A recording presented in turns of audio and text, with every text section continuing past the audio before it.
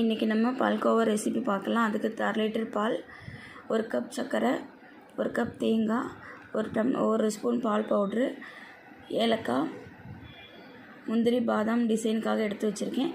இப்போ நம்ம அந்த 1 கப் தேங்காயையும் 3 ஏலக்காய் போட்டு கொஞ்சம் தண்ணி ஊற்றி நல்லா அரைச்சிட்டு வந்துடலாம். அரைச்சிட்டு வந்து 1/2 லிட்டர் பால் காய்ச்சறதுக்கு அடி கனமான பாத்திரத்தில் பால் ஹையில் வச்சு பொங்க வைக்கலாம்.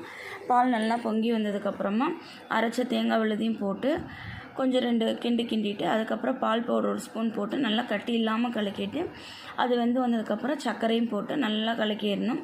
நல்லா கலக்கி இந்த பதம் வந்தோடனையும் அவ்வளோதான். இங்கே பாருங்கள், தண்ணியில் சுண்டி இந்த பதம் வந்தோடனே ஆற வச்சிடலாம். ஆற வச்சதுக்கப்புறம் கையில் தண்ணியோ எண்ணெயோ தொட்டு நல்லா நமக்கு தேவையான ஷேப்பில் உருண்டை பிடிச்சி லைட்டாக ஒரு டிசைனுக்காக இப்படி ப்ரெஸ் பண்ணி விட்டுக்கலாம் லைட்டாக.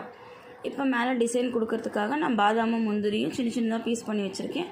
அதை மேலே வச்சு டிசைன் கொடுத்துடலாம். ஓகே, இன்றைக்கி நம்ம பால்கோவா ரெசிபி பார்க்கலாம். அதுக்கு 1/2 லிட்டர் பால், 1 கப் சர்க்கரை, 1 கப் தேங்காய், 1 ஸ்பூன் பால் பவுட்ரு, ஏலக்காய், முந்திரி, பாதாம் டிசைனுக்காக எடுத்து வச்சுருக்கேன்.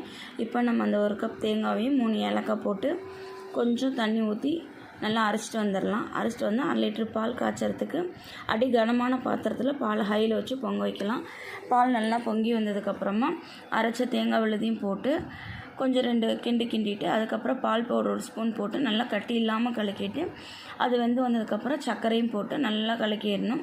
நல்லா கலக்கி இந்த பதம் வந்தோடனையும் அவ்வளோதான். இங்கே பாருங்கள், தண்ணியில் சுண்டி இந்த பதம் வந்தோடனே ஆற வச்சிடலாம். ஆற வச்சதுக்கப்புறம் கையில் தண்ணியோ எண்ணெயோ தொட்டு நல்லா நமக்கு தேவையான ஷேப்பில் உருண்டை பிடிச்சி லைட்டாக ஒரு டிசைனுக்காக இப்படி ப்ரெஸ் பண்ணி விட்டுக்கலாம் லைட்டாக. இப்போ மேலே டிசைன் கொடுக்கறதுக்காக நான் பாதாமும் முந்திரியும் சின்னதாக பீஸ் பண்ணி வச்சுருக்கேன். அதை மேலே வச்சு டிசைன் கொடுத்துடலாம். ஓகே.